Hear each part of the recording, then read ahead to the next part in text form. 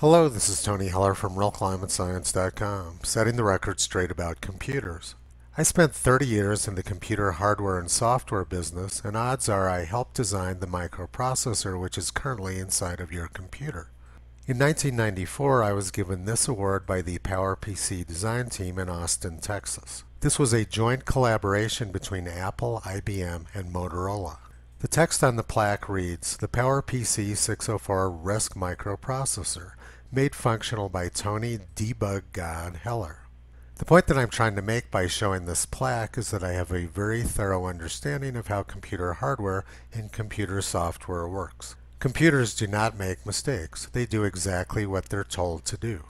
We keep hearing election reports that a software glitch caused Trump votes to switch over to Biden votes. President Trump sent out this email yesterday. "We must defend Michigan." President Trump was up big on election night, and then almost as if it was magic, thousands of Biden votes were dumped late at night in Michigan with absolutely no overview. Insanity.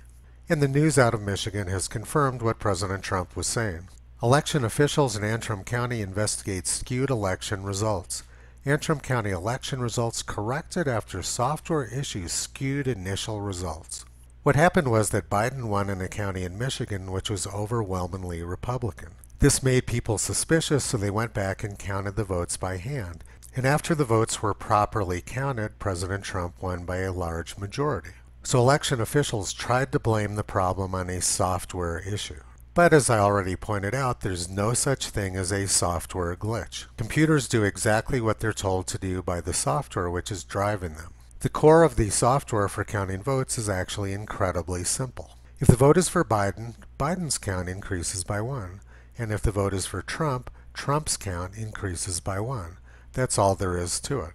The claim that thousands of Trump votes were accidentally counted as Biden votes is simply not credible. The only way this could have happened would have been intentional fraud by either the people who wrote or the people who are using the software. President Trump has very good reason to believe that the election was stolen. There really is no other plausible explanation for what we've been seeing.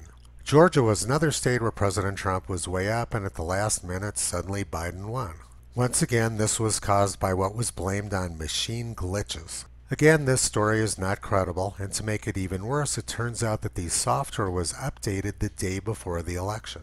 No honest person would ever do something like that. Software needs to be tested and evaluated for a long period of time before it's used by the public. There's no question that what's being blamed on computer glitches is actually intentional fraud.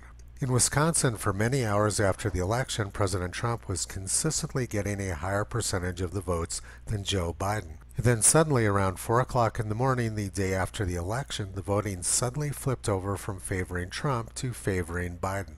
Democrats and the press are trying to steal this election.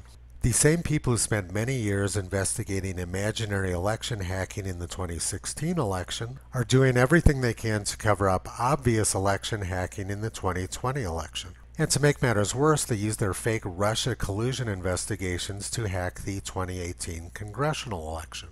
Democrats and the press are attempting to turn the United States into a third world banana republic. And when President Trump tweets about this, Twitter attempts to censor him. President Trump tweeted, "We believe these people are thieves. The big city machines are corrupt. This was a stolen election." And Twitter throws in their propaganda. "This claim about election fraud is disputed." Well, the reality is that all opinions are disputed, and the election itself is disputed as well. If the press and social media are allowed to continue censoring anything which they don't want people to hear, we're going to be in a very bad situation. George Orwell wrote, "If liberty means anything at all, it means the right to tell people what they do not want to hear." And George Washington said, "If the freedom of speech is taken away, then dumb and silent we may be led to slaughter." And my favorite quote from Frederick Douglass, "To suppress free speech is a double wrong. It violates the rights of the hearer as well as those of the speaker. It is just as criminal to rob a man of his right to speak and hear as it would be to rob him of his money." And what we're seeing right now is an attempt by Democrats and the press to steal our entire country. Toto believes that the consequences of allowing this to happen would be catastrophic. It's very important that every loyal American and concerned citizen of the world resist this attempt at theft and tyranny. The attempts to blame criminal activity on computer glitches are simply not credible. Toto believes that everyone needs to resist tyranny and fight back as if their lives and livelihoods depended on it. You can visit Toto and Kyrie on the web at realclimatescience.com.